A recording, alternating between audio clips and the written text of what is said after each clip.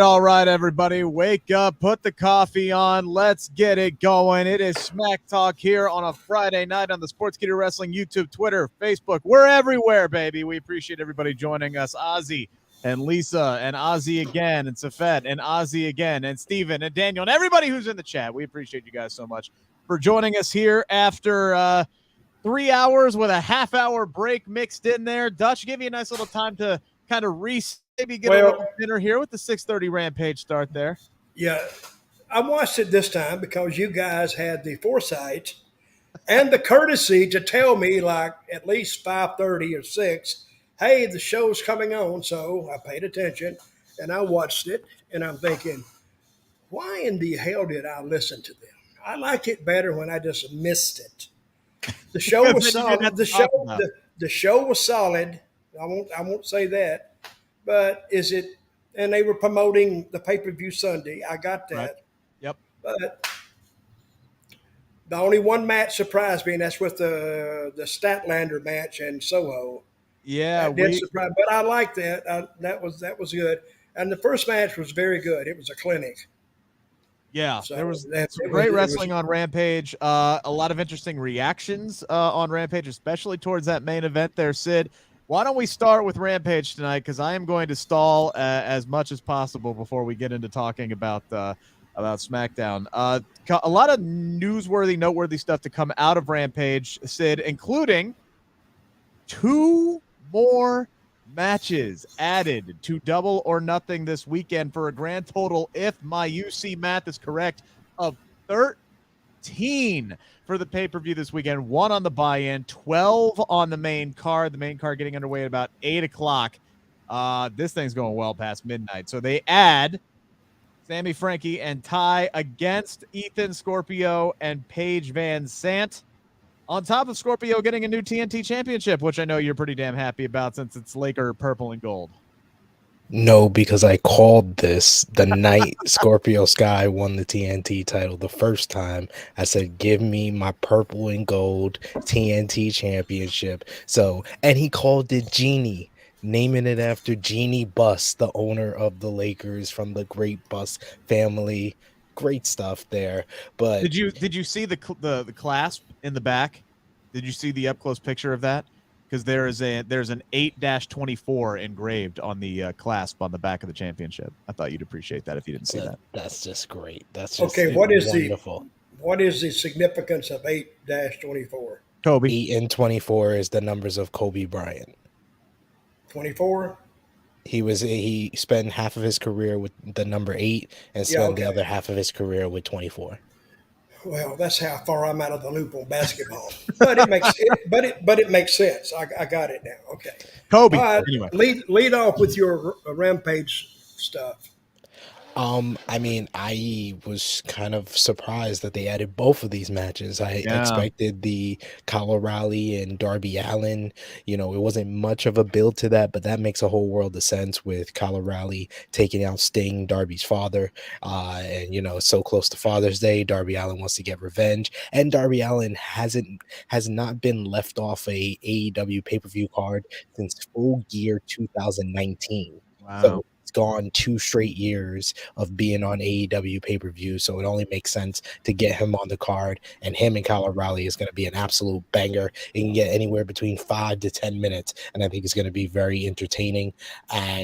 But the whole mixed trios match, I thought that this would have been a perfect main event for the Forum, the Los Angeles show, the Dynamite following Double or Nothing. I thought it would have been perfect there. You know, you have Scorpio come out with the new purple and gold TNT championship, have him in the main event, Paige Van Sant's debut on an episode of Dynamite, so you get women in the main event as well. That would have made more sense to me.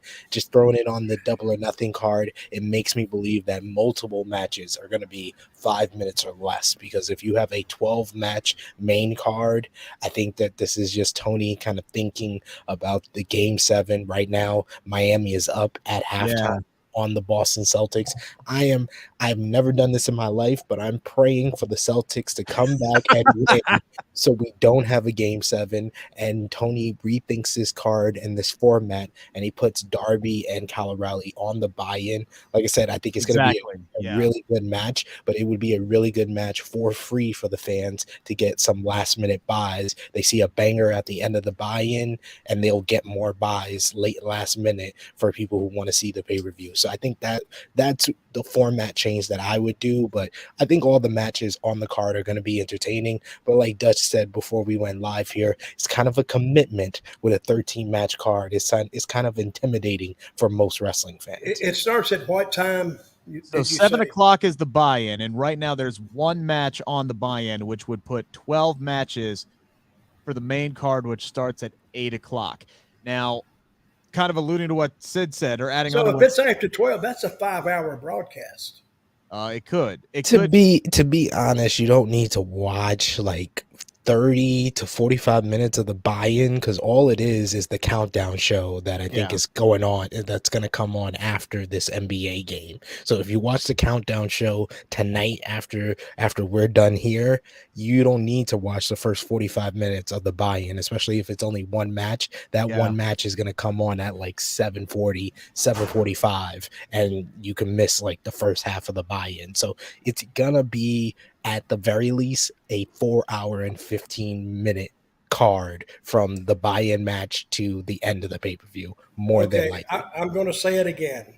Anything over 3 hours for me, forget it. Even NFL football games, when they go long, I say, please get it over with. You know, like the last minute, it takes them a half hour to get the last minute in with the timeouts and this and the faking injuries. And come on, guys, let's get the game over so we can say who won and bitch and moan and go on with being football fans. But if you're watching wrestling and it's a 4-hour show, I don't care how good it is at the end, it's still dragging because you've seen it. And we've seen it. I mean, WrestleMania 35 was case in point. That show went till about 12:30, 12:45 in the morning, and it started at about 7 o'clock at night. And again, that was like a 14 or 15 match card. So that's what they're looking at here.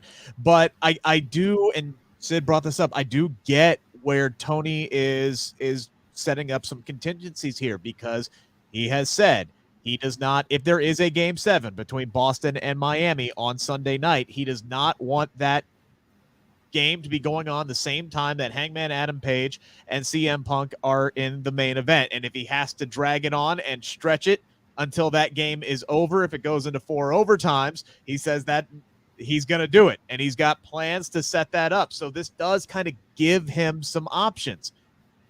My question is it necessary to do that? Is he making too much out of a game 7 for the Eastern Conference Finals? No, that's a big draw. That's a big draw. It's two big market teams in the Boston Celtics and the Miami Heat. Who is it? Celtics and Miami? Yeah, Boston and Miami. Those are two big. They've had a great series, and I don't really follow basketball, but they've had a great series. So those are two big markets. I watched one games when the Celtics were on the verge of blowing them out. And then Miami come back and made it close, but they still didn't win. But didn't the Celtics get beat the other night like 20 points? No, Miami did. Miami I'm sorry. Got smashed. The playoffs have been weird. Like there have been like close series, but there hasn't been close games. Like most of the games have been blowouts, even though the series have been, 4-3, 4-2. It's been really weird. Right now, Miami's up 3 with 7:21 to go. So hopefully, if who do we want to win there? Yeah, Boston. Tonight we want Boston to win because I'm in the UK, ladies and gentlemen. I'll do my Dutch touch, and they'll win. Yeah, if Boston wins, there's no game 7 on Sunday. Tony Khan can move a match or 2 onto the buy-in with Hookhausen versus Tony Nese and Smart Mark Sterling, and we can have some of these matches that are only going to be a few minutes long. Daniel saying, look, that Jade match is probably going to be pretty quick with her and Anna Jay. So that's probably going to be, 5 minutes, maybe max for that match. And, there might be some quick ones. But if there's a game 7 going on, It's going to be a lot of long ones until Tony can guarantee that game is over. And hopefully it's a damn blowout on Sunday, and we don't have to worry about all that. Okay, so wait a minute. You guys got me all discombobulated. So if the game is Sunday, yes, he's going to extend the matches, so the last match is going to run past the game. Yes. Is that what you're saying? Okay.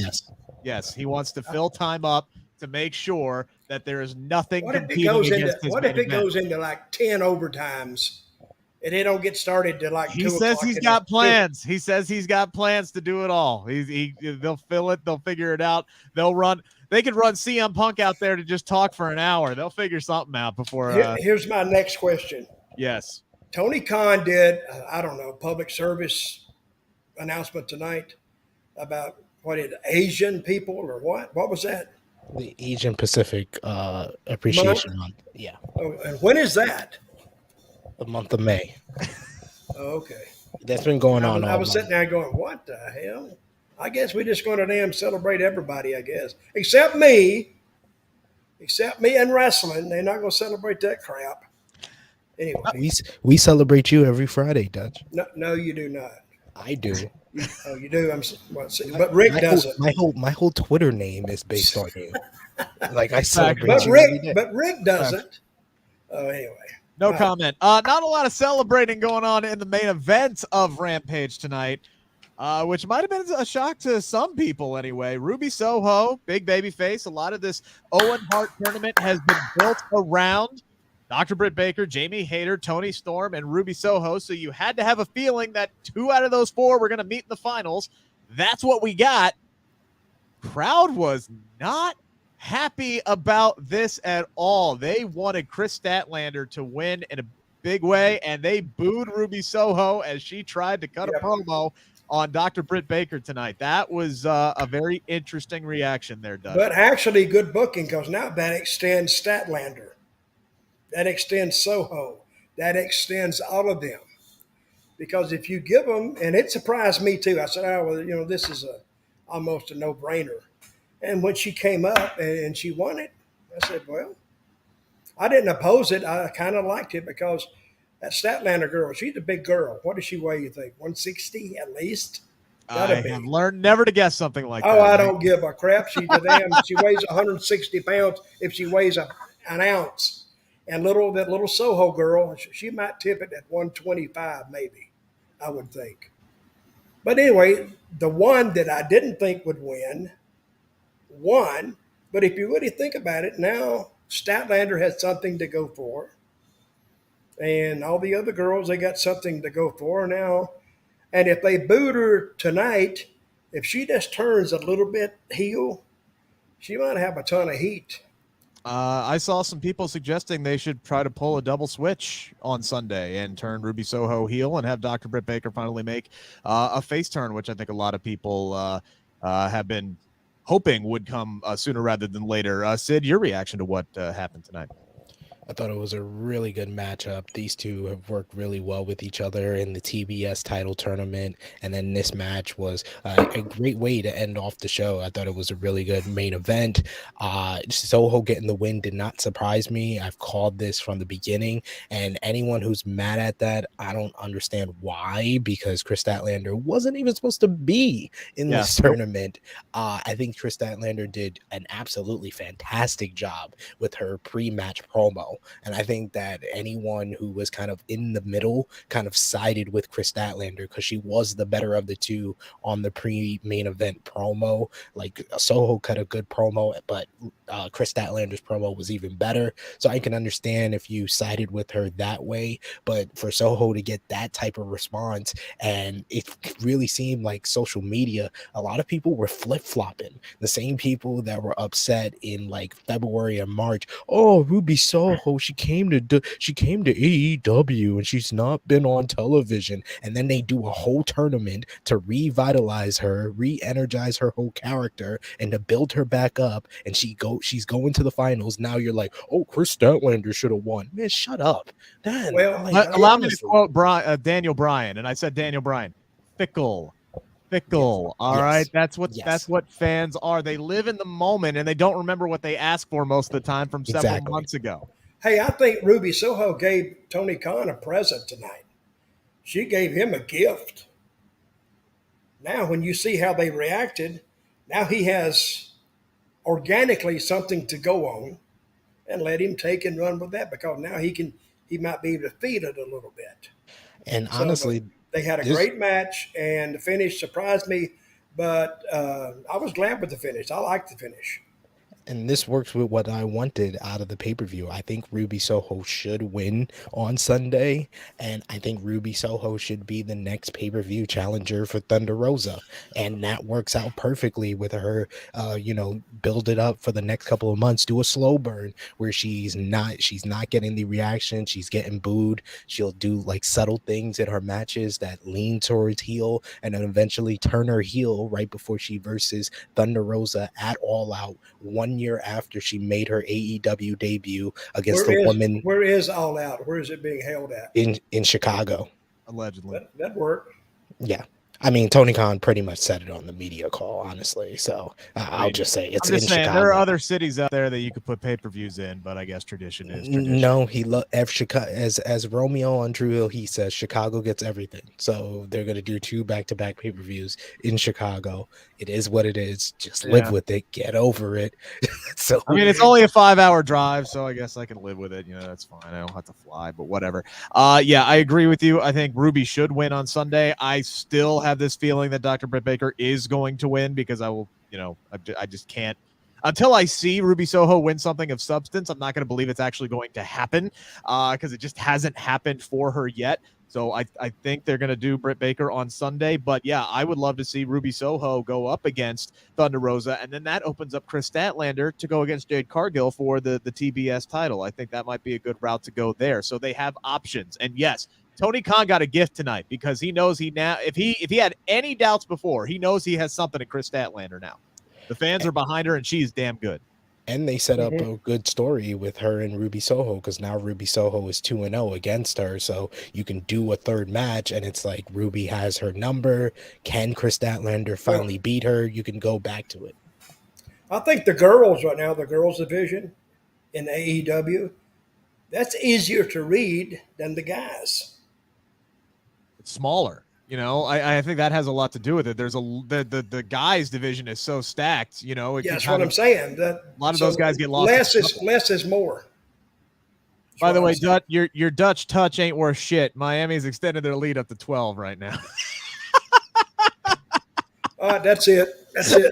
I'm gonna tell Riju. I said I stayed on the show till they started insulting me, and I got to leave. Hey, they might come back. No, they will. Make sure how much time is left? That's a good question. I didn't look at that. I looked at the score. It's 70-58 with 5:30 left in the third. So they got a whole another quarter. Oh, they got another game to play. That don't mean nothing. Believe me.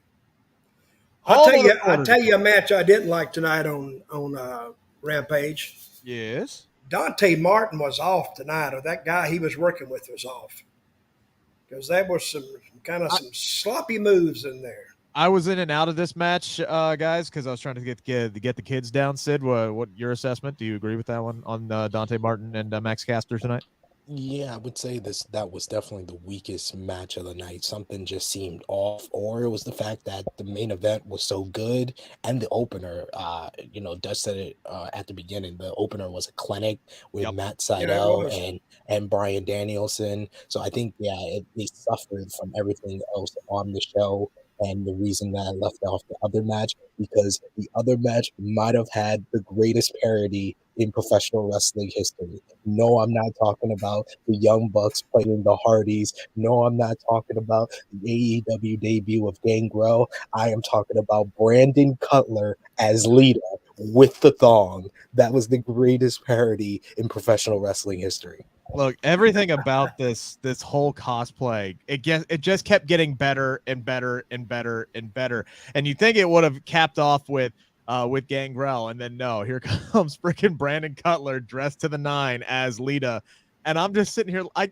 couldn't even pay attention to the damn match. And you got whichever one was it Matt that was dressed up as Matt, right? I think it was Matt Jackson. Matt was like he was Matt. Yeah, and they came out with the Matt facts. They did the mat facts, and he's sitting there like pretending like his back hurts as he's trying to do moves and stuff. This was just comedy wrestling at its finest. And you could tell that Matt and Nick Jackson have done that Hardy Boys entrance in their rooms and in college dorms and on road trips and everywhere they went. They had it down to a T tonight, and they got everybody with the music. I mean, all of that was very good. That was the best part of the night.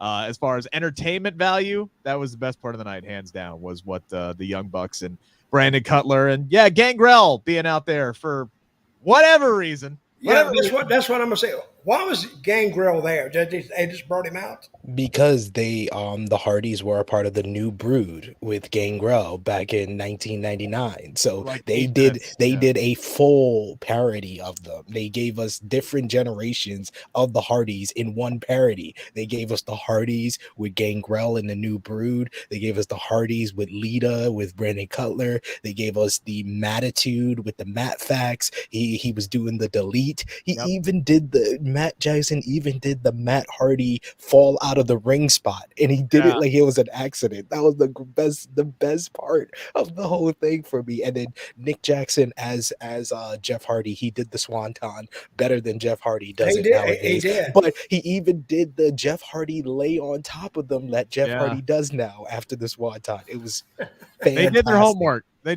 homework. They understood the assignment. They nailed it to a T. Steven asking who wins between the Hardys and the Bucks on Sunday there, SP3. Who you pick? I keep flip-flopping back and forth on this one. It's tough, but I'm gonna go with the Hardys because it just makes sense to keep the Hardys hot and undefeated. Because if you have the Hardys, you eventually want to do an AEW World Tag Team Title match with the Hardys. So I think it makes sense for them to win. But I think this is just the first match of what will be a series between the two in AEW. I think these two. I'll go with the Nick and Matt. I think these guys are going to wrestle at some point with the AEW tag team titles on the line, maybe after the Hardys win them, and then the Bucks can defeat the Hardys and become the first ever two-time AEW tag team champions when they do it. So again, I keep flip-flopping, but right now, after what we saw tonight, I think that was great, but I think the Hardys are going to get the win. So that was Rampage in the books. I have stalled long enough. Let's hop on over to SmackDown, shall we, tonight? Dutch, your reaction. Oh, God. Dutch I need some heroin or something. I mean, somebody got to get me out after seeing that.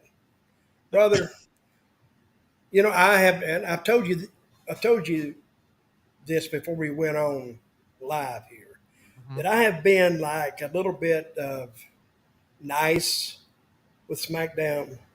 I don't know who wrote this show. Talk about heroin. I think they all smoked a couple of bongs before they would sit down and write this show. Because it none of it clicked for me. None of it. I mean, I tell you how much it clicked was Shanky doing the dance was the high spot of the night. Yeah, that I thought.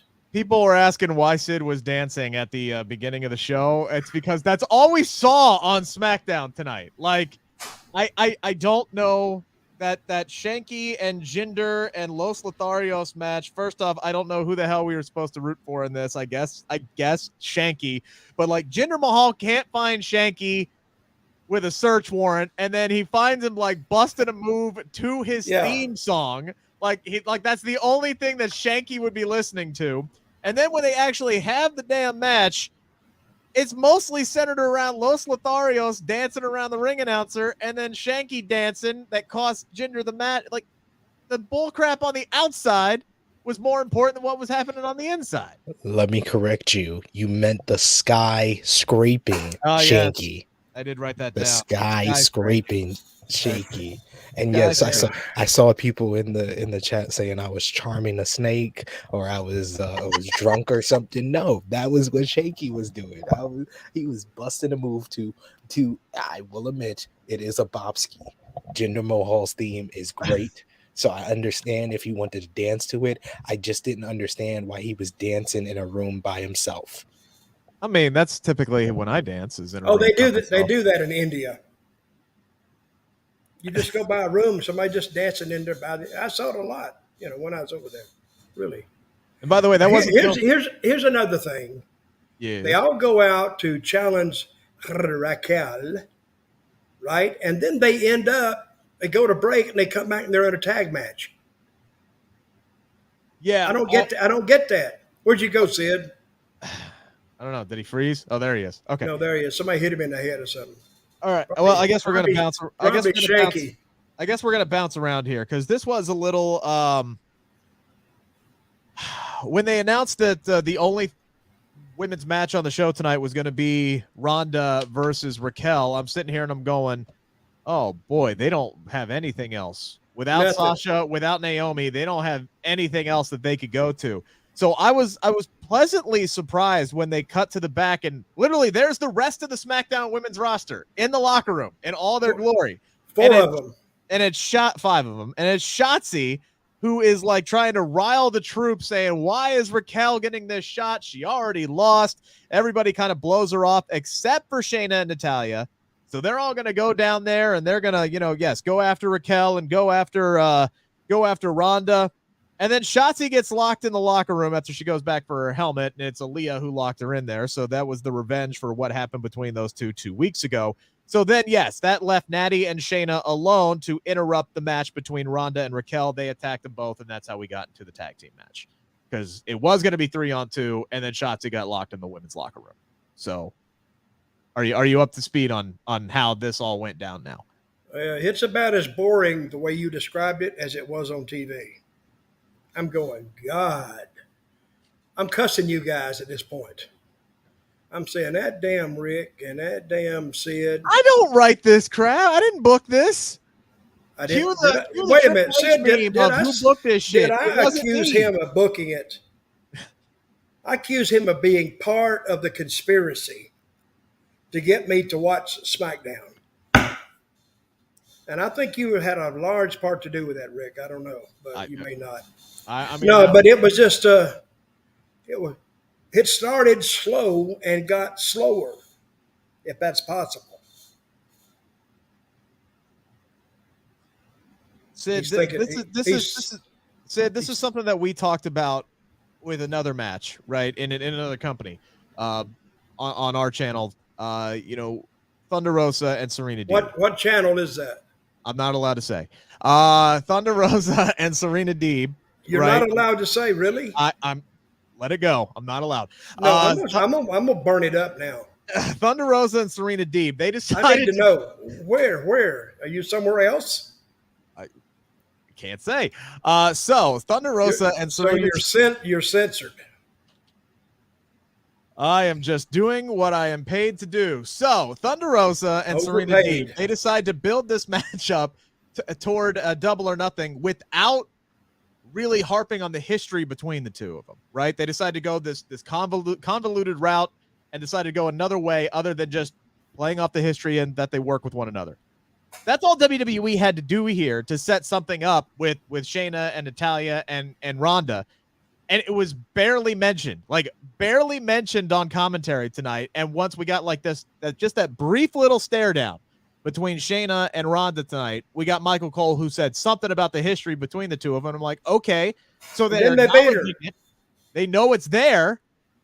Why didn't we just start there and go from there? And if this is the direction they're going, why the hell did Shayna get beat with the, what does she call it now, the Tejada bomb?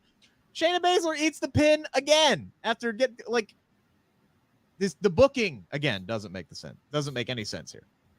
What I got from the booking here is that Natalya is most likely going to get the shot before Shayna, but they were they carefully crafted this match where Ronda and Shayna never got physical. And the point of the match where the fans were most invested or made the most reaction was when Ronda and Shayna went face to face. So hopefully WWE listens to their fans and realize that's the match they should go with Ronda Rousey, but it did not not seem like that. I didn't understand the fact that they made it Raquel versus Ronda. Like, they did such a great job with that match 2-3 weeks ago that they should have just left it there, heat Raquel up before you go back to that match. But no, they just was like, hey, we're gonna put that out there. We're gonna do the backstage segment with Shotzi rallying up the troops and have them interfere to create a tag team match. It was just a very convoluted way to get to a match that could have been the announced match to begin with. I don't understand why it wasn't, but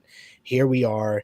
But yes, I do agree. They probably should have mentioned the history between Ronda and Shayna beforehand, and the history between Ronda and Natalya as well. But this is WWE, and you just got to take what you will. The match itself was at least decent. Yeah, it was all right.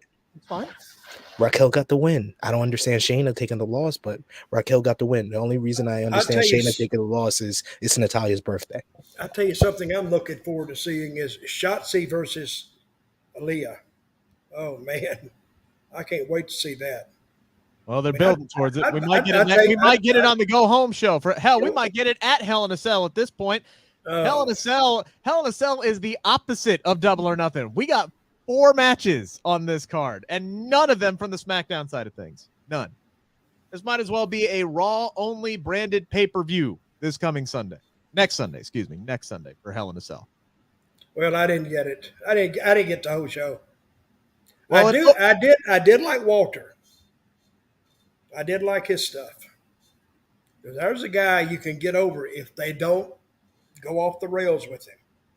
Even that was a little weird tonight because they gave, I mean, this was more of a showcase for Ludwig tonight, like actually like putting him in the ring, and I didn't understand that either.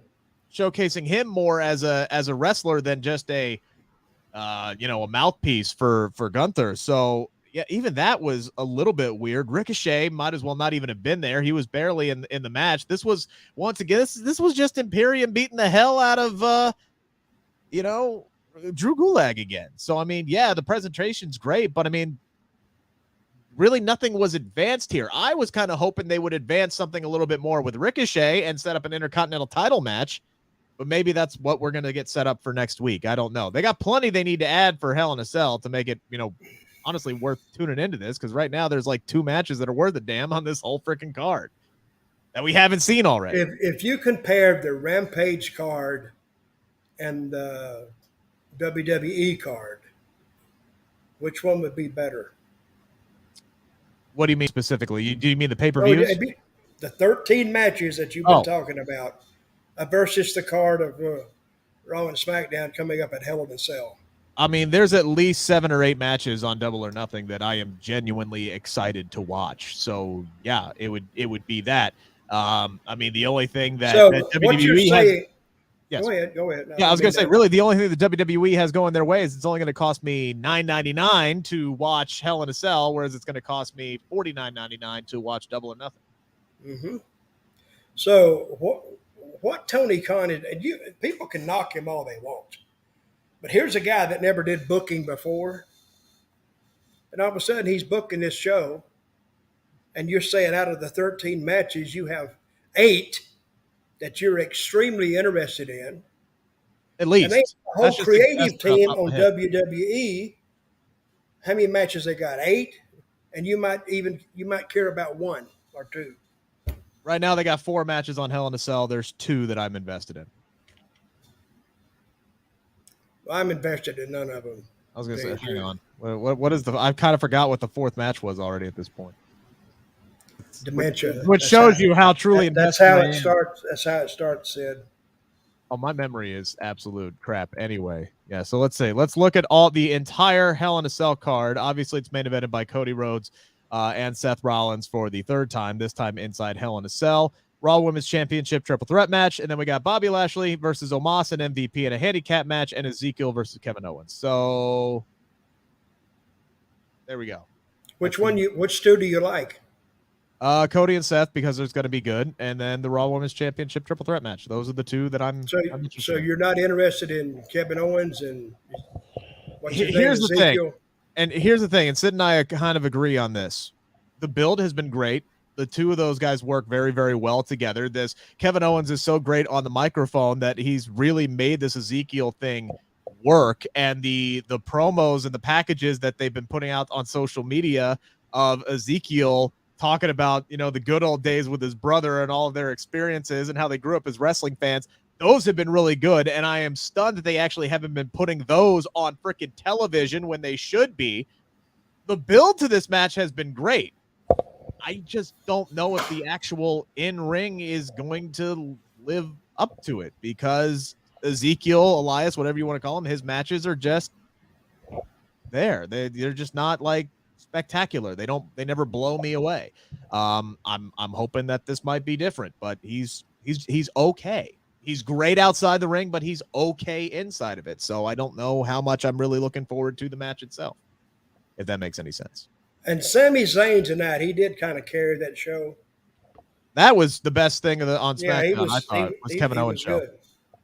Then he went to talk to him and trying to make the deal, and he doesn't have the deal. And you kind of felt bad for Sami Zayn tonight, just a little bit. It's like, just turn this poor man babyface. Let's go. We all want to root for Sami Zayn. What are we doing? Maybe that's what they're going for here with this. Is like one day they got to be, because Sami Zayn, he's now the honorary Uce. And by the way, when he called Kevin Owens Uce tonight, I lost my shit. Like, that was how subtle he dropped it in. He was like, right now it's not a good time for me, Uce. He said, "Did you call me Uce?" You could tell he practiced that. You could tell he had practiced that. It was so smooth. It was so perfect. Everything was great. With that whole exchange. Hell, even a very underrated part of that was when Sami Zayn opened it up by saying that he agreed with Kevin Owens that Ezekiel and Elias were the same person, and Kevin Owens just got overly emotional and hugged him. Like, thank God, I'm not insane. I'm not the only one. I have somebody out there. And Sami's like, are you crying? Like, what's going on? Like, everything that those two did worked, and then it fell apart, and Kevin's throwing his digs in there. So it was great for Sami to get a little bit of vindication at the end of the night when, he meets up with the Usos, and they're like, yeah, sure, honorary Uce. Sounds good. See you later. We're going back into our locker room. My hope is that the end game with this is he's going to overhear Roman Reigns and the Usos and Paul Heyman talking shit about him and downplaying him and this, that, and the other thing. And that's going to be the babyface turn for Sami Zayn. That has got to be the end game on this. Has to be. Well, it don't have to be. It should be. Believe me. Well, okay, there you go. It should be. But it doesn't have to be. They could go that way and tear it all down and leave him like he is. But he played that was actually a good exchange between them tonight. Interesting. Sid, your reaction? That was the most entertaining segment of the night. Kevin Owens and Sami Zayn, they just work together. And yeah, like Dutch said, there's a couple of different ways they can go about this. What's the most likely way they're going to go about this? Sami Zayn is going to be the job guy for the bloodline for a few months, and then they eventually will move on, and he's still a heel, still being the locker room leader and the conspiracy theorist. The right way to go about this is, yes, use this as a vehicle to turn him babyface, or at the very least, use this as a vehicle to team up Kevin Owens and Sami Zayn and have them be the ones to dethrone the Usos and the bloodline. That would be great as well. Yeah, that's something that I can't believe has not happened yet, is as them as the tag team champions, and something that I've actually talked with Sami about, and he says, look, it has to happen one day. So hopefully it will happen one day. Dutch, I did want to get your reaction to the somewhat surprising and out of the blue move. WWE for the better part of a year has been hyping up Money in the Bank at Allegiant Stadium in Las Vegas, a 60,000 plus seat arena. And then all of a sudden this week they go, hey, actually, we're going to move it over to the MGM Grand Arena, about 17,000 seats. We're going to refund y'all's money, and we're going to have to resell tickets again. As what was Michael Cole said, they moved it to the intimate confines of the MGM Grand Arena tonight. That's the spin on this one. What's your reaction to? Well, anybody's reaction. Well, they're not even going to come close to settling it out. So you might as well go to how many does the arena seat? 20,000. maybe. I believe it's 17,000. Yeah, Okay. 17. Well, they're not going to fill 60,000 seats in Vegas, whenever that is. So he said, well, surely we can fill 17. If nothing else, we could paper it. At least we get it full. Well, and that's how much they had sold as of May 2nd, I believe it was about 17,000 seats. Now, the MGM Grand fills 16,800. So probably take a couple of those out for, stage setup and things like that. Well, so after the people watched a few SmackDowns, they may have been asking for refunds before the show was even there. And they said, wait a minute, we've had 1,000 people want their money back. Here's the other thing that was interesting on this. They changed the poster all up for Money in the Bank, right?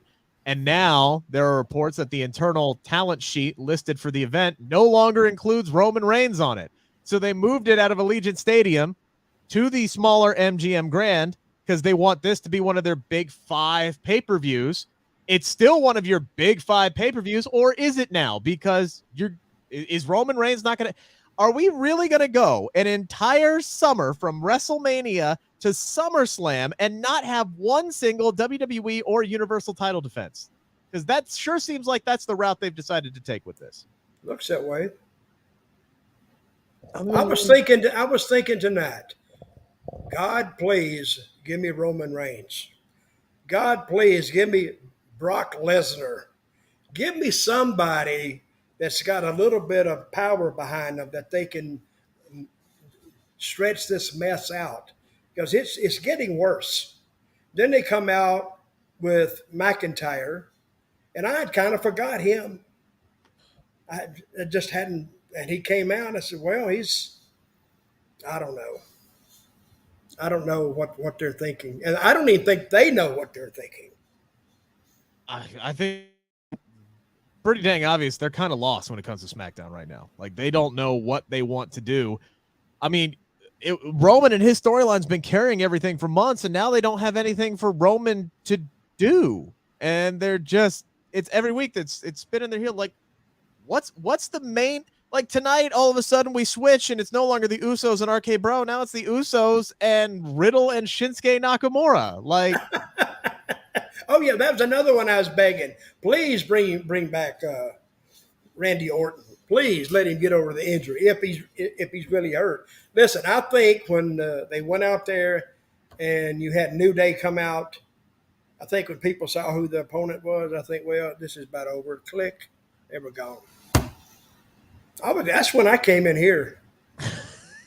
I just wrote it off. I said, there's no need to watch the rest of it. It was a fun main event for what it was. I mean, I just hope this is it. Like, next week, do not give me freaking Xavier Woods versus Butch for the 19th time. Don't do it. Tonight was supposed to be it, right? That was supposed to be it. It was over. What was the finish in that match? So Drew McIntyre hit a Claymore on Ridge Holland. He tagged in Xavier Woods. Xavier Woods did the springboard elbow drop and pinned him. That was it. 1, 2, 3, clean as a sheet. It's over. Oh, and then Drew McIntyre danced to close it out because, of course, he freaking did. Of course. He had to. It's a dance party. It's Friday night dance party, everybody. Let's go. We had more dancing than wrestling tonight, especially if you count the Young Bucks. You know, all the Jeff Hardy stuff. What's going on? But let's say I'm a brand new wrestling fan. And I watch Rampage, then I watch SmackDown. I would say Rampage is going to beat tonight. Yes, for sure. Oh yeah, and they probably got them beat anyway. At least they got people in there you don't know. And now all of a sudden, by you not knowing people, is suddenly an asset. Because a guy against the Jackson brothers, I didn't know them, but it didn't kill the match. I'm watching to see what they're going to do. But if you'd had that on SmackDown, you'd have went, I'm turning this off. And you see, they don't want, this is what I said when WWE first started to not have, like, they didn't want to use enhancement talent. There was nothing wrong with that, because now, instead of having enhancement talent, you're beating your regular talent on TV every week or so. So when they go to a live event, people don't care about them. They're actually what they call jobbers, but they're not. I mean, they're doing the job for all these other guys. But why would you beat your own talent? I mean, regularly on the show. It makes no sense at all. Steven with a point here. Rampage, the better show, but SmackDown's going to have the ratings. It's kind of sad that SmackDown is like the most watched wrestling show. It's like available in more places because it's on network television. Everything else is not a great showcase. It hasn't been for quite some time. I mean, this time last year, it was good. And, you know, what a difference a year makes. Like, it was good compared to what we were getting, Sid. Don't. I mean. Okay, you can drag someone. You can drag a dead body on television. It's better than what we get now on SmackDown. Oh, now Sid, that's pretty rough. That's pretty caustic. Now say you're sorry. You should say you're sorry to the SmackDown crew. I'm not sorry. Their fault. The SmackDown crew. They tried their best. He didn't mean it, Vince. Don't worry. Next week is the big Hell in a Cell go home show for all these big SmackDown matches we have on this pay-per-view. I'm sure everything will be great next week. We're not going to get Xavier Woods versus Ridge Holland. We're not going to get Raquel and Sonya and Ronda Rousey teaming up against Shotzi and Aaliyah. We're not going to get any of that kind of stuff. Hey, I will say I like the Usos versus Riddle and Shinsuke Nakamura. That was actually a logical choice to me because they injured, Rick Boogs, who is Shinsuke Nakamura's, partner. They injured Randy Orton, who is Riddle's tag team partner. So just combine them together. It's a logical way to get the Usos. I wish they would have not announced that they're having a championship contenders match in a Raw. I wish they would have just announced that that's the tag team title match for Hell in a Cell. Give us another reason to be interested in this premium live event. They're going to give us the match for free first, right? They're going to give us the match for free first, and that's going to build up our intrigue, right? That's going to build up the intrigue for us to watch that match again at Hell in a Cell. That's exactly what that is going to be. Guys, we have run out of time. We do appreciate everybody who is tuned in here today. We'll try to do better next week. We got a super chat donation. It's not up to us to do better, guys. It's up for them to do better. Right or not? All we can do is report on what we saw. What is it? Who'd give us $5? Hey, where does this money go, guys? Not to us. I never see a dime of. Hey, I'm going on strike. WWE has 0 stars. I see Ronda as a WWE performer. I don't see Ronda as the female that dominated UFC. Becky Lynch's star is faded. No Roman or Orton. I mean, if you think WWE has 0 stars, I don't know what to tell you on that one. They have stars. They're just none of them are booked correctly. Yeah, they're all on the same level. That's why they don't have stars. Why they're going to miss Roman. Now, Roman is a huge babyface right now. And the Usos were babyfaces. They tried to turn it around in that interview, and they did about halfway, but people love them. Someone made a good point to me earlier this week. The WWE doesn't remind fans that Ronda Rousey is this big star from UFC that kind of revolutionized women in combat sports. Like, they don't do a good job of reintroducing that ever since she's come back. And if you're not going to do that about what she did in UFC, at least remind us all the stuff she did in her first run, that she came back and she main evented the first ever all women's show. She was a part of the first ever WrestleMania all women's main event. They haven't even done that since she's come back. Like, they really just make her one of a cog in the wheel. She might as well just be everybody else in the women's locker room. And I think some of the mystique got, flew out the window when she got beat at WrestleMania. Because until that point, when she got beat at WrestleMania by Ronda Rousey, by Charlotte Flair, even though there was some shenanigans involved, her only loss was fluky. Fluky is all hell in the main event WrestleMania 35. They didn't even take advantage of that. I know it wasn't supposed to happen, but you could have even mentioned that. Ronda could have came back and said, I should have never lost the Raw Women's Championship because I wasn't really pinned at WrestleMania 35. They didn't even do that. I have a question. Yes. It's a fan question. Okay. What if Tony Khan, I just brought his name up, allegedly never booked, he said he booked his kids as a kid, he'd book fictional cards. You know who else did that too? Eddie Gilbert. He would book those cards, and that's how he self-taught himself. What if Tony Khan jumped to WWE right now? Do you think their show would be better? If he could get his way. Yay or nay?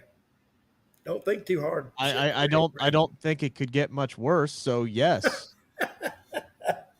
I mean, what do you think? What do you think, Sid? I'll 100% agree. I would say if you just compare this, the fact that, with Ronda Rousey, they haven't done a good job to remind everyone why it's a big deal that she's back in WWE in comparison to how AEW, although they can't talk about anything CM Punk did in WWE, they have always made him feel like this big star that has returned to the business. If you just compare those two guys and how they've presented them since coming back into professional wrestling, it's night and day. It's a big difference in general. So I just want WWE. I said this on the other channel that I'm on with Rick. Wait a minute. What channel?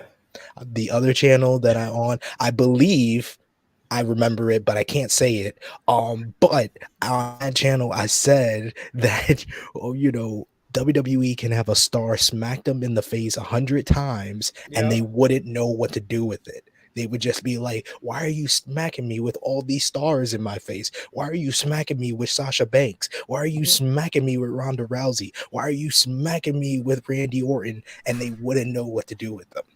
Well, let me bring this up. They got about Sasha and Naomi leaving. What's your position on that, Sid? I've stayed in the middle because I do understand WWE's point of view. You can't just walk out if you have contract obligations, but at the same time, I always can favor the performers. And if you don't feel like you're being valued or you don't feel like you're being listened to with what you want as a performer, I always say you know your worth and you know what you're all about. And the way WWE has handled this situation is piss poor at best. That's the best thing I could say about it. It was piss poor, and I know they're trying to make an example out of Sasha and Naomi, but there's been various things that have happened over the last couple of months that they could have made an example about, and they didn't. So to do it with two African American women, it's a bad optics. It's a bad optics in my opinion. And I do agree with the chat. WWE, there's been one star they've been able to still present as a star, and it came from AEW, and that's Cody Rhodes. Yeah. What do you think, Mr. Rick? About Sasha Banks and Naomi? They have every right to do what they did as far as stand up for their creative, but they should have walked out after the show started. I think that's the general consensus for a lot of people, is that they were in the right, but they did a wrong thing. And that's pretty much where I've come down on it. And I fully expected, and I think it was warranted for WWE to issue some kind of disciplinary action, whether it be a suspension, whether it be a fine, whether it be stripping of the tag team titles. And I think if they would have just stopped right there, I would have been fine with how they handled the situation. But the smear campaign that has been thrown out for Sasha Banks and Naomi at this point, constantly sitting there saying that they disappointed the fans and this, that, and the other. They're trying to control the narrative and paint Sasha and Naomi as 100% in the wrong, and they're just not. They're absolutely not. Let me ask, did creative have a clue that Sasha and Naomi were not happy? Yes. So they had a clue. They had a clue, and I believe the reports say that Sasha and Naomi were told to fix their attitudes whenever they would bring up issues with WWE creative. So they were very, very well aware that they were upset, and they were told to, quote-unquote, fix their attitudes. And they talked to Vince. Yep. Allegedly. Yes. And they thought they had it smoothed over. And it was smoothed over till it wasn't. And then that's when they took their belts and laid them on Laurinaitis' desk or whatever they said, or gave them to him. I don't think he has a desk at TV tapings. Well, let me have a bag laying there. Let me ask you, Dutch, because this is what's been said out there is that, they talked to Vince and Vince was like open to their ideas. And then he sent someone else to tell them, oh, no, that's not what we're going to do. We're going to go with the original idea. Is that something Vince would do? Oh, yeah. He's not going to go do it. He's not going to argue with them.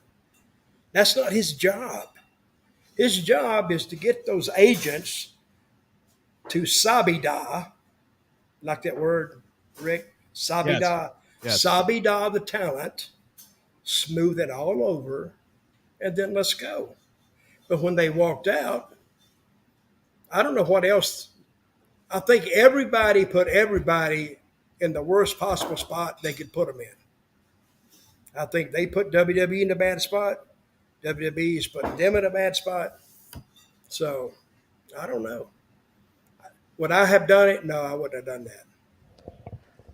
I've said it once. I'll say it again. They should have done the match, have Naomi win, and then walk out. That's how you put them in even a rougher spot. Because we're going to get yelled at for the amount of time that we've gone over here. But also, real quick, I know you're right, Dutch. I know you're right, Rick. But Dutch and the chat doesn't want us to end yet because we got another super chat donation here, Rick. You can read it. Oh, yeah. That goes to me. He said, hey, Dutch, you need this. Oh, thank you. Thank you very much. Basically, he's asking if WWE will collapse if Vince McMahon is no longer with the company. If and Hell when. no. Hell no. They won't collapse. They just need a head guy there to make decisions. It don't mean a decision is not going to kill WWE. If so, they'd have been dead 10 years ago. They're not going to be dead. All right, let's wrap it up. Hey, guys, by the way, real quick. You talk too much. Real quick. 4 minutes and 42 seconds left to go in the fourth. Boston is winning by 3 now. What did I say? The Dutch, how much time left? 4:42. It's 97-94 Celtics. Well, you gave us them with 5 minutes left, and that's been like 30 minutes ago. Now we got 4 4 minutes minutes left. 5 minutes left in the third. So they had a whole another fourth quarter to play. Okay. What did I say? The Dutch touch? Yep. 71.6% chance that Boston wins, according to ESPN. So there we go. Screw them. They don't know. They're guessing like we all are. All right, we're way over on time, guys. We got to roll. Appreciate the super chats. Appreciate the comments. Appreciate the banter. Hopefully next week these Holler at Rick for the time going over. It's his idea. He did it. Y'all saw I tried to wrap up at 46 minutes. Talk to you guys next week. See you. Bye.